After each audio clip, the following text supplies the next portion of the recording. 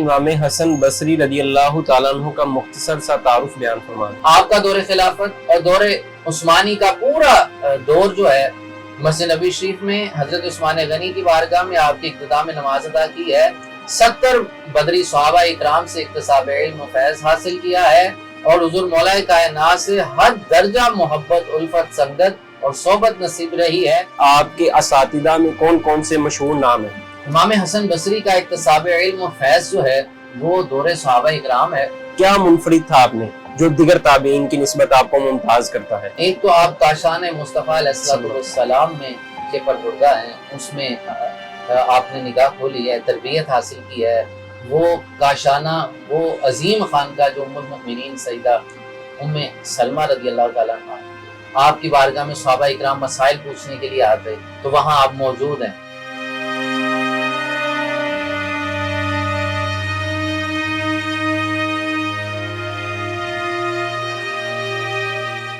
السلام علیکم ناظرین، پروگرام صوفی ازم میں میں ہوں آپ کا میزبان حافظ عبدالرحمن۔ ناظرین، جیسا کہ آپ کو معلوم ہے کہ ہم حقیقی اولیاء کی حقیقی تعلیمات آپ تک پہنچانے کی کوشش کر رہے ہیں۔ اللہ رب العزت ہمیں اس مقصد میں کامیابی و کامرانی عطا فرمائے۔ ناظرین، آج ہم جس شخصیت کا تذکرہ کرنے جا رہے ہیں وہ بہت ہی عظیم شخصیت ہے، جن کا زہد، علم، تقوی اور ان کا اصلاح امت پوری امت کے سامنے روشن مینار کی طرح ہے۔ آپ کی نصیحتیں، آپ کی زبان سے نکلنے والے لفظ دلوں کو جھنجھوڑ دیتے تھے۔ آپ کی نصیحتیں بڑے بڑے حکمرانوں کو سوچنے پر مجبور کر دیتی تھی۔ آپ کا علم و فضل اور خشیت الہی صدیوں سے اہل علم کی زبان پر جاری ہے۔ میری مراد جناب امام حسن بصری رضی اللہ تعالیٰ عنہ۔ آپ کی شخصیت پر گفتگو کرنے کے لیے میرے ساتھ موجود ہے ڈاکٹر عابد علی قادری صاحب۔ ڈاکٹر صاحب السلام علیکم۔ وعلیکم السلام ورحمۃ اللہ وبرکاتہ۔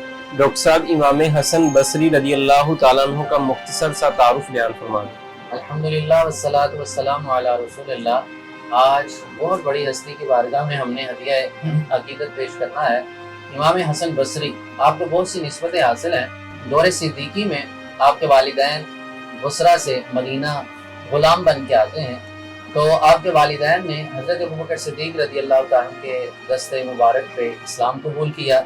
یہ آپ کو صدیقی نسبت حاصل ہوئی۔ آپ کی والدہ ام المؤمنین حضرت ام سلمہ رضی اللہ تعالیٰ عنہا کی بارگاہ میں خدمت پیش کیا کرتی تھی، آپ کی خادمہ تھی، اور آپ ہی کے کاشانہ نور میں آپ صلی اللہ علیہ وسلم کے خاندان مبارک کی خدمت کے توسل میں جب آپ دنیا میں تشریف لاتے ہیں تو آپ کے والدین کو اور آپ کو خود امام حسن بصری کو امہات المؤمنین کی خدمت کا شرف حاصل رہا، اور یہ نسبت رسولی آپ کو حاصل ہوئی۔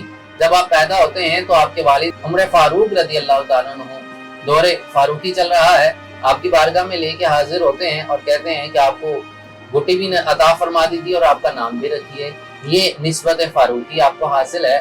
آپ نے ان کا نام حسن رکھا۔ یہاں ایک بڑا لطیف نکتہ ہے سننے والوں کے لیے کہ خلفائے راشدین اور صحابہ اکرام کی اہل بیت سے محبت کا انداز دیکھیے۔ جو بھی بچہ آپ کی بارگاہ میں آتا ہے تو نام رکھا تو حسن رکھا ہے۔ سبحان اللہ۔ امام حسن پاک کی نسبت سے اور اہل بیت کی نسبت کو سامنے رکھتے ہوئے حسن نام رکھا، اور امام حسن بصری کے نام سے آپ معروف ہوئے ہیں۔ پھر آپ کا دور خلافت اور دور عثمانی کا پورا دور جو ہے مسجد نبی شریف میں حضرت عثمان غنی کی بارگاہ میں آپ کی اقتداء میں نماز ادا کی ہے، 70 بدری صحابہ اکرام سے اکتساب علم و فیض حاصل کیا ہے، اور حضور مولا کائنات سے ہر درجہ محبت، الفت، سنگت اور صحبت نصیب رہی ہے۔ اور اسی طرح چاروں خلفائے راشدین سے آپ کو جو نسبتیں حاصل ہیں، نسبت صدیقی یہ ہے کہ آپ سے اسلام قبول کیا گیا، نام رکھا گیا حضرت عمر فاروق رضی اللہ تعالیٰ عنہ نے، اور علم حاصل کیا حضرت عثمان غنی کی قربت سے اور مولا کائنات سے، تو اس حد تک درجہ محبت ہے کہ تمام سلاسل جو ہے حضور مولا کائنات سے نسبت کی وجہ سے امام حسن بصری کے توسل سے ہی کائنات میں آگے چلتے ہیں، اور بہت سی نسبت امام حسن بصری کو حاصل ہیں۔ یوں سمجھیے کہ 21 ہجری میں آپ کی ولادت ہے اور 110 ہجری میں آپ کا وصال مبارک ہے، اور آپ کی علم گاہ، تعلیم گاہ اور تربیت گاہ مسجد نبی شریف رہی ہے۔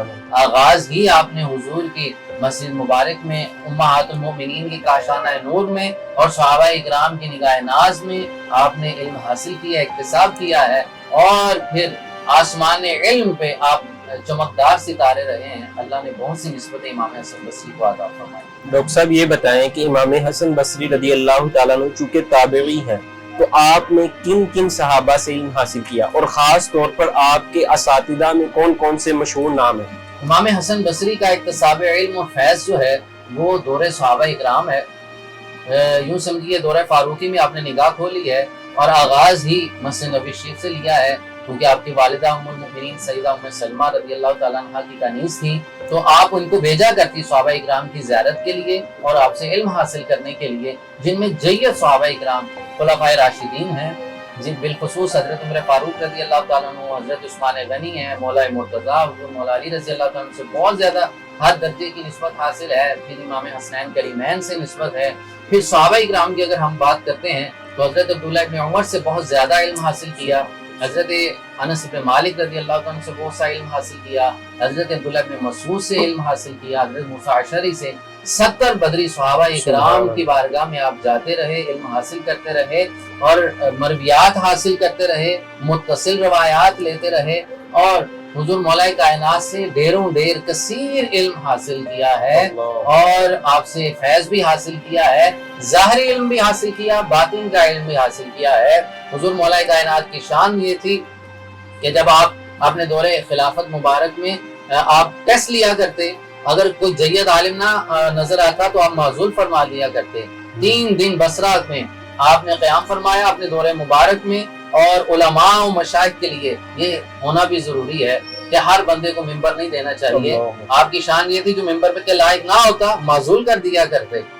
تو آپ یوں سمجھیے حضور مولا کائنات جب بصرہ کی بڑی جامع مسجد میں گئے اور دیکھا ایک بندہ درس قرآن دے رہا ہے، آپ اپنی ظاہری شناخت کو چھپاتے ہوئے، اپنا چہرہ مبارک پہ نقاب رکھتے ہوئے جب پہنچے ہیں، درس سنا، آپ نے کچھ سوالات کیے، آپ نے دیکھا کہ درس قرآن بہترین درس دیا جا رہا ہے، پوچھا علم کس سے حاصل کیا ہے، کہاں سے حاصل کیا ہے، کس سے حاصل کیا ہے، جواب دیکھیے۔ مولا کائنات نے پوچھا عالم ہو یا متعلم ہو یا طالب علم ہو؟ میں نے کہا حضور نہ عالم ہوں نہ متعلم ہوں۔ میں پھر علم کیسے حاصل کیا؟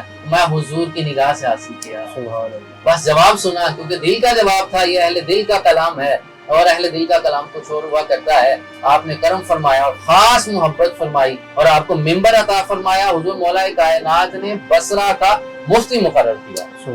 میں تم اس قابل و اس لائق ہو کہ درس قرآن دیا کرو، کہ اللہ نے تمہارے سینے کو علم کے نور سے روشن فرما رکھا ہے۔ پھر پیچھے پیچھے چلتے رہے اور آپ کی صحبت میں رہے۔ ظاہری علم صحابہ اکرام، کثیر صحابہ اکرام سے لیا، باطن کا خاص علم حضور مولا کائنات سے لیا۔ سبحان اللہ، آپ کی صحبت اور سنگت سے لیا، آپ سے مرویات حاصل کی، اور آگے روایات حضور مولا کائنات کی اکثر و بیشتر مرسل روایت بیان کیا کرتے تھے، وہ اس دور کے تناظر کی وجہ سے، لیکن کثیر علم جو ہے حضور مولا کائنات سے حاصل کیا ہے۔ ڈاکٹر صاحب یہ بتائیں کہ رسول اکرم صلی اللہ علیہ وآلہ وسلم کے صحابہ اور شاگرد کم و بیش 1,24,000 انبیاء تھے، تو اسی طرح صحابہ کے شاگردوں کی تعداد بھی لاکھوں میں تھی۔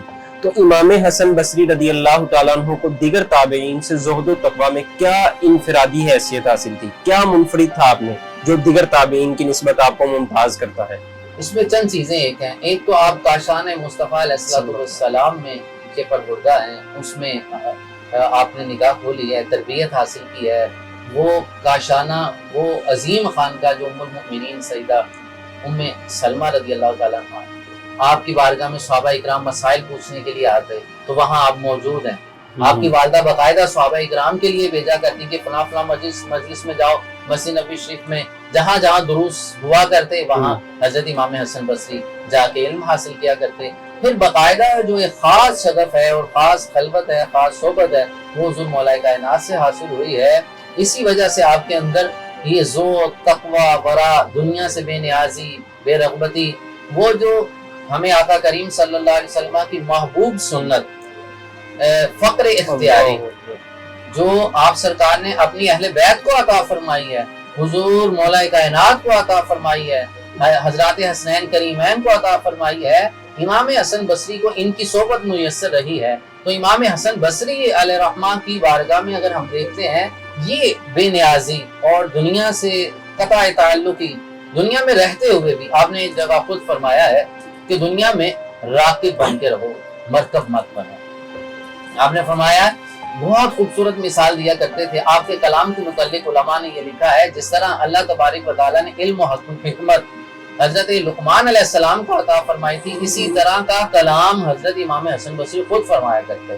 قرآن و حدیث کو سمجھانے کے لیے جب آپ مثال ذکر کیا کرتے تو لوگ حیران زدہ رہ جاتے۔ آپ نے فرمایا اونٹ دنیا کی مثال ایک سفر کی سی ہے، اور بندے کو اس سواری یعنی اونٹ کے اوپر سوار ہونا چاہیے، اگر سوار رہو گے تو منزل پہ پہنچ جاؤ گے، اگر اونٹ کے نیچے گر گئے یعنی دنیا غالب آ گئی تو پس جاؤ گے۔ ہمارے دنیا کو غالب نہیں آنے دینا، دنیا کے اوپر غالب رہنا ہے، راقب رہنا ہے۔ ڈاکٹر صاحب آپ نے فقر اختیاری کی بات کی، تو کیا پیسہ کمانا یا حلال ذریعے سے کسی شخص کے پاس دولت آ جانا، کیا یہ اہل تصوف کی روش کے خلاف ہے؟ یا جو صوفی ہوگا اس کے پاس پیسہ نہیں ہونا چاہیے، تو کیا بندے کے پاس دولت ہو، شہرت، پیسہ ہو تو کیا وہ اہل تصوف نہیں بن سکتا، صوفی نہیں بن سکتا؟ بڑا اچھا سوال آپ نے لیا صاحب، اس کو امام حسن بصری علیہ رحمہ کی بارگاہ میں پیش کرتے ہیں۔ امام پاک جو ہے امام حسن بصری رضی اللہ تعالیٰ عنہ، آپ ڈائمنڈ کا کاروبار کیا کرتے، بزنس کیا کرتے، اتنا بڑی تجارت، اتنا بڑا سرمایہ، لیکن یہی وہ وجہ ہے کہ آج کے علماء اور فقراء جب اپنا سورس آف انکم مضبوط نہیں ہوتا، یاد رکھیے دنیا کے معاملات میں جب تک آپ کا یوں سمجھیے کہ مالی اعتبار سے تقویت نہیں ہے، لوگ آپ کا کلام نہیں سنتے، آپ کی بات نہیں سنتے۔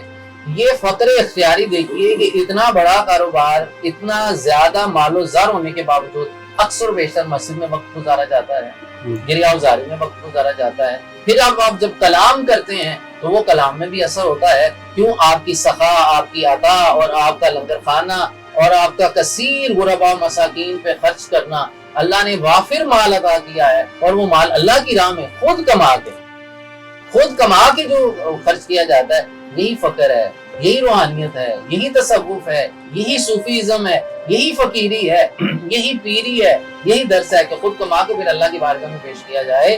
تو امام حسن بصری نے کاروبار بھی کیا، اور کاروبار کے بعد جو مال آیا وہ اللہ کی راہ میں خرچ بھی کیا، اور اپنی خانقاہ کو بہت زیادہ تقویت دی۔ بصرہ کے اندر میں نے عرض کیا کہ حضور مولا کائنات نے آپ کو مفتی مقرر کر دیا، پھر شرق کا غرب لوگ آپ سے اکتساب علم کے لیے بھی آیا کرتے تھے۔ ڈاکٹر صاحب یہ بتائیں کہ امام حسن بصری رضی اللہ تعالیٰ عنہ کئی نصیحتیں فرمائی، لیکن آپ کی نصیحتوں میں سب سے زیادہ زور کس بات پہ ہوتا تھا؟ امام حسن بصری رضی اللہ تعالیٰ عنہ کی شان والا میں اگر ہم دیکھتے ہیں، آپ کے خطبات اگر آپ دیکھیے جو آپ سے منقولات ہیں، جو آپ کی مرویات ہیں، زیادہ آپ خوف خدا پہ دست دیا کرتے، اللہ، فکر آخرت پہ دست دیا کرتے۔ قرآن پڑھتے ہوئے کسی نے پوچھا حضور قرآن پڑھنے کا طریقہ کیا ہے؟ میں قرآن پڑھنے کے بعد فکر حاصل کروں، اور جو قرآن پڑھنے کے بعد فکر آخرت سے محروم رہا اس کا قرآن پڑھنا کیسا ہے؟ اکثر اوقات آپ گریہ وزاری میں رہا کرتے ہیں، اور آپ کی گریہ وزاری کا عالم یہ ہے، امام سیرین جیسی ہستیاں آپ کے پیچھے نماز پڑھا کرتی اور کئی برس تک نماز ادا کرتے رہے، اور آپ کہا کرتے کہ میں نے بڑے بڑے مرد دیکھے ہیں، لیکن یہ مرد کامل ایسا ہے کہ جب فکر آخرت کی بات کرتا ہے تو آخرت میں پہنچ جاتا ہے۔ امام سیرین کو کسی نے خواب میں دیکھا آپ کے وصال کے بعد، کیونکہ آپ کا وصال بھی امام حسن بصری رضی اللہ عنہ کے فوراً بعد چند ماہ بعد ہو گیا۔ کسی نے خواب میں دیکھا، امام سیرین سے پوچھا کہ کیا ماجرا ہوا؟ فرمایا اللہ نے بڑا کرم فرمایا، اللہ نے خاص کرم فرمایا، اور اللہ نے بخشش عطا فرما دی۔ فرمایا امام حسن بصری آپ کے بڑے دوست ہیں، ان کا کیا ہوا؟ فرمایا دنیا سے بے رغبتی اور فکر آخرت اور خوف خدا کی وجہ سے اللہ نے امام حسن بصری رضی اللہ عنہ کو مجھ سے 90 درجے اعلیٰ مقام عطا فرمایا۔ یہ آپ کی گریہ وزاری کا عالم یہ ہے کہ جب آپ رات میں شب بیداری فرمایا کرتے، آپ کے معمولات میں اکثر و بیشتر روزہ رکھتے، کثرت سے قرآن کی تلاوت کرتے، اور کثرت سے گریہ وزاری کرتے، بہت کم کلام کیا کرتے، خاموش رہتے، اور رات کو جو آپ کا قیام اللیل ہے اس کی کیفیت یہ ہوتی، اللہ کی بارگاہ میں خوف خدا کی کیفیت یہ ہوتی، خشیت الہی میں اتنا زار و زار ہوتے کہ آپ کی ریش مبارک تر ہو جاتی، آپ کا جبہ مبارک اکثر تر ہو جایا کرتا۔ ایک رات آپ سے کوئی شخص ملنے کے لیے آیا تو معانقہ کرتے ہوئے کچھ آنسو کے قطرات اس پہ گر گئے، تو اس نے کہا یہ پانی مطہر ہے کہ غیر مطہر ہے؟ تو کہنے لگے یہ غیر مطہر ہے۔ آپ کی عاجزی انکساری کا عالم دیکھیے، ہمارے گناہگار کے آنسو ہیں، اللہ اکبر، گناہگار کے آنسو ہیں، وقت کے امام ہیں، حضور مولا کائنات کے صحبت سے منور ہونے والے لوگ ہیں، 70 بدری صحابہ اکرام کی زیارت کرنے والے ہستی اپنے آنسوؤں کو کہتے ہیں یہ گناہگار کے آنسو ہیں۔ کم کلام کیا کرتے، فکر آخرت میں رہتے، اور آپ کی گفتگو کا عنوان اکثر و بیشتر جو ہوتا وہ فکر آخرت۔ کسی نے پوچھا حضور آپ اس موضوع کو زیادہ بیان کیوں کرتے ہیں؟ فرمایا لوگوں کے پاس مال و زر زیادہ آ گیا ہے، فکر آخرت ختم ہو گئی۔ مال و زر زیادہ آنے کی وجہ سے ایمان کمزور ہو جاتا ہے، ایمان رخصت ہونا شروع ہو جاتا ہے۔ میں بار بار ایمان کو اجاگر کرتا ہوں۔ تو ایک آپ گفتگو کے دوران گفتگو فرما رہے تھے تو ایک شخص آ کے کہنے لگا جی ہمارے ایمان جو ہے، دل جو ہمارے سو چکے ہیں، جو غفلت میں جا چکے ہیں، اب ہمارے سو نہیں چکے بلکہ مردہ ہو چکے ہیں۔ سوئے ہوئے کو اٹھایا جا سکتا ہے، مردہ کو کون اٹھا سکتا ہے؟ تو پھر اسی طرح ایک شخص آیا تو کہنے لگا حضور فلاں شخص مر گیا ہے، ہمارا مردہ تو وہ پہلے تھا، آج تو مردہ ہونے، آج تو اگلے جہان جا چکا ہے۔ مردہ تو وہ دنیا میں پہلے ہی تھا، وہ مردہ نہیں ہے، آج تو اگلے جہان جا چکا ہے برزخ کے اندر۔ اس طرح کا کلام آپ فرمایا کرتے، زیادہ لوگوں کو اللہ کی طرف دعوت دیتے، فکر آخرت کی طرف دعوت دیتے، دنیا سے بے نیازی کی دعوت دیتے، اور آپ زہد و تقویٰ ورع اور پاکی کا درس زیادہ کیا کرتے۔ آپ کے خطبات میں یہی زیادہ ارشادات آپ کے ہوا کرتے۔ تمام حقیقی صوفیاء نے بے نیازی کا درس دیا، اور امام حسن بصری رضی اللہ تعالیٰ عنہ صوفیاء کے امام ہے، تو آپ کی بے نیازی کا کیا عالم تھا؟ یعنی آپ کا دنیا داروں سے اور حکمرانوں سے کیسا تعلق تھا، کیسا رویہ تھا؟ آپ صوفیاء کے امام ہیں، سلاسل طریقت آپ سے چلے ہیں، تو آپ کی فقر کا اور بے نیازی کا انداز بڑا حسین ہے۔ یوں سمجھیے ایک روز جمعہ کا خطبہ ارشاد فرما رہے ہیں، دوران خطبہ حجاج بن یوسف آ جاتا ہے، لوگ کہنے لگے کہ آج حسن بصری کا امتحان ہے، اور جو اللہ والے ہوتے ہیں لا خوف علیہم ولا هم يحزنون والے، سبحان اللہ، بے شک۔ یوں سمجھیے کہ اللہ کا ولی جب کلام کر رہا ہوتا ہے، حضرت جنید بغدادی فرماتے ہیں میں 30 سال تک اپنے رب سے کلام کرتا رہا، لوگ سمجھ رہے تھے کہ میں بات کر رہا ہوں۔ تو اسی طرح امام حسن بصری کا مقام یہ ہے، آپ خوف خدا پہ اور فکر آخرت پہ کلام کر رہے تھے، ایک لمحے کے لیے بادشاہ کی طرف التفات نہیں کیا، ایک لمحے کے لیے توجہ نہیں دی، پروٹوکول نہیں دیا، نام تک نہیں لیا۔ جب خطبہ مکمل ہوا حجاج بن یوسف اٹھا، دست بوسی کی، امام حسن بصری رضی اللہ تعالیٰ عنہ کے ہاتھ کو چوم کے کہنے لگا میں نے بصرہ میں ایک ہی مرد دیکھا، اس کا نام حسن بصری۔ اللہ کہنے لگا آپ مرد ہیں کہ آپ کا کلام قرآن و حدیث کے اس مقام پہ ہے، میں نے اس طرح کا درس ابھی تک نہیں سنا۔ تو آپ کی یہ بے نیازی ہے، اور یوں سمجھیے حضور مولا کائنات آپ کے درس کے دوران تشریف لے آتے ہیں، سبحان اللہ۔ لیکن یاد رکھیے کہ مولا کائنات کو آپ نے پہچان لیا، آپ نے چند سوالات کیے تو آپ عاجزانہ انداز سے جواب دینے کے بعد ممبر سے نیچے اترے اور پیچھے جانے لگے، تو پوچھا میرے پیچھے کیوں آ رہے؟ حضور میں نے آپ کو پہچان لیا، مولا کائنات ہیں، میرے لیے دعا فرما دیں اور اپنی جناب سے علم، فضل اور اپنی روحانیت کے خیرات مجھے بھی عطا فرما دیجیے۔ حضور مولا کائنات نے پھر بہت محبت فرمائی، ظاہری بات یہ علوم بھی عطا فرمائے امام حسن بصری رضی اللہ تعالیٰ عنہ۔ یہ آپ کی بے نیازی ہے، اور دوسری طرف آپ دیکھیے بادشاہ کی طرف توجہ تک نہیں کی، جب حضور مولا کائنات آئے ہیں تو محبت کا انداز اپنا ادب بھی بتایا ہے اور آداب بھی سکھائے ہیں۔ تو یہ صوفیاء کی شان ہے۔ امام حسن بصری اعلیٰ مقام علم میں، حلم میں، زہد میں، تقویٰ میں، ورع میں آپ کا اپنا ایک منفرد مقام ہے، اور آپ نے زیادہ سے زیادہ فقر، بے نیازی اور تعلق باللہ پہ زیادہ درس دیا ہے۔ تعلق باللہ کا ہی آپ لوگوں کو اس طرف لے کے آیا کرتے تھے۔ آپ کے صدقے اللہ تعالیٰ ہمیں بھی تعلق باللہ نصیب فرمائے۔ دوران گفتگو بات ہوئی کہ امام حسن بصری رضی اللہ تعالیٰ عنہ کم کلام کیا کرتے تھے۔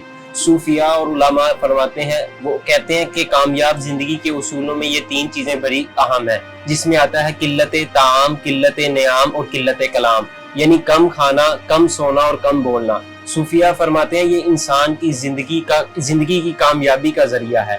تو ہمیں بھی چاہیے کہ ہم جو تعلیمات علماء کی، صوفیاء کی سنتے ہیں، پڑھتے ہیں، دیکھتے ہیں، ان کو اپنی زندگی میں لانے کی کوشش کریں، کیونکہ حقیقی علم وہی ہے جس پر عمل کیا جائے۔ تو اللہ رب العزت کی بارگاہ میں دعا ہے کہ اللہ تعالیٰ ہمیں ان بزرگوں کے صدقے ہمیں بھی اصلاح کی طرف آنے کی توفیق دے، ہمیں بھی نیکیاں کرنے کی توفیق دے، اور خاص طور پر ان کے مشن کو آگے لے کر چلنے کی توفیق دے۔ اگلے پروگرام تک مجھے اجازت دیجیے، اللہ نگہبان۔